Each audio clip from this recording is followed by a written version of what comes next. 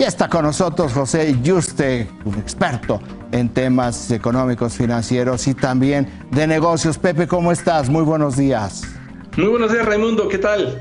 Oye, hoy las columnas especializadas están casi unánimes en hablar de la contrarreforma energética. ¿Cómo se puede explicar esta unanimidad en el criterio?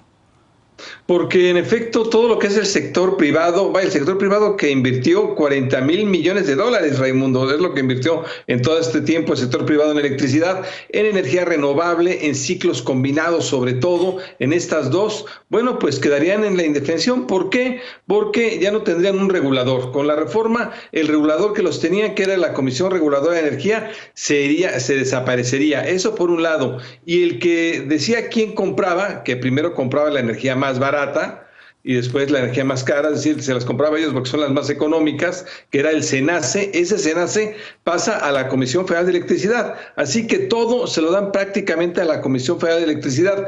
La CFE decidirá si les compra o no, y entonces sin ese despacho eléctrico que era el SENACE y sin el regulador, quedan en la indefensión.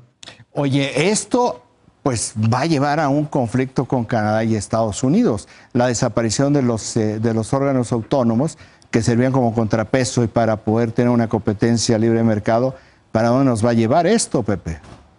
Para las dos cosas, como bien dices, Raimundo. Uno, para el tema con el Tratado de Libre Comercio, con el TEMEC, con Estados Unidos, ahí va a ser un problema serio, que de por sí tenemos ya problemitas. Recordemos que con todo y que nos está yendo bien, la frontera norte terrestre no se ha abierto. En el tema automotriz tenemos el problema también de reglas de origen, y este sería un tercer tema fuerte que nos va a originar. Hay dentro de esto una asociación, dentro del tratado, un acuerdo donde se dice de asociación recíproca de inversiones, que tienes que respetar las inversiones. Esta reciprocidad de inversiones no la estamos respetando, Raimundo. Entonces nos va a llevar a paneles seguramente, y internamente en México a demandas internas. ¿Cuántos serán las demandas internas en México? Muy claramente, si se invirtió 40,000 millones de dólares, incluso la Concamina hacía un dato interesante que decía, bueno, más las posibles o futuras utilidades,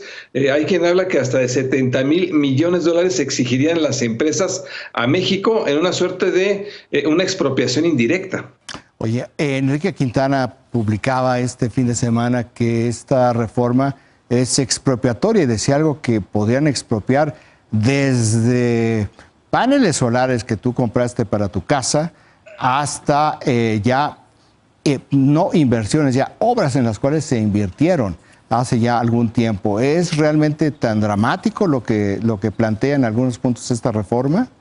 Sí, sí lo es. Ahí Enrique tiene razón, sí lo es. Es en ese caso, por eso hablan de expropiación indirecta, ya se está hablando, porque todo lo que es el autoabasto, que ahí entraban los paneles solares, bueno, quedan también en la indefensión. Todo esto todavía no podría regresarle electricidad a la Comisión Federal de Electricidad. Supuestamente lo hacen por los grandotes, ¿no? Las grandes empresas que tienen plantas de energía, y entonces, bueno, le regresaban, le vendían todavía electricidad que le sobraba a la CFE. Ya no les puedes vender, entonces realmente tu inversión pues se acota. O quien invirtió en un panel solar en su casa, ya realmente no sabemos si le vas a poder vender o no a la Comisión Federal de Electricidad. Entonces lo que hayas invertido, pues sinceramente nadie te lo va a recuperar. Por eso sí se habla de una expropiación indirecta, y por eso se habla de esta enorme cantidad de demandas que podría haber. A ver, si realmente le mandan por 70,000 millones de dólares, imagínate, es el 25% del presupuesto. Sí sería muy elevado todo esto.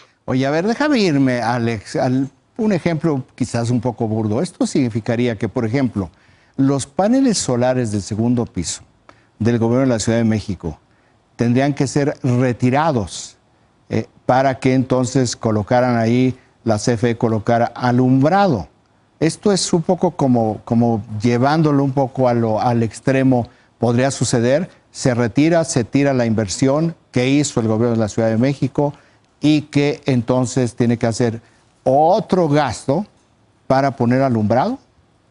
No se tiraría, Raimundo, pero desde luego, llevándolo al extremo en efecto, ya la CFE no le pagaría nada, absolutamente nada a la Ciudad de México. O sea, la Ciudad de México hizo esa inversión de gratis, esa inversión es a fondo perdido, y entonces no hay ningún incentivo para que tú hayas invertido en paneles solares, en energía limpia, energía solar, energía eólica. No hay ningún incentivo. Cerca de eso, nadie te va a dar lo que tú invertiste, lo que tú pagaste, ni a la Ciudad de México, ni a los gobiernos estatales, ni a los privados, ni a las casas. Bueno, entonces, ese es el problema con esta.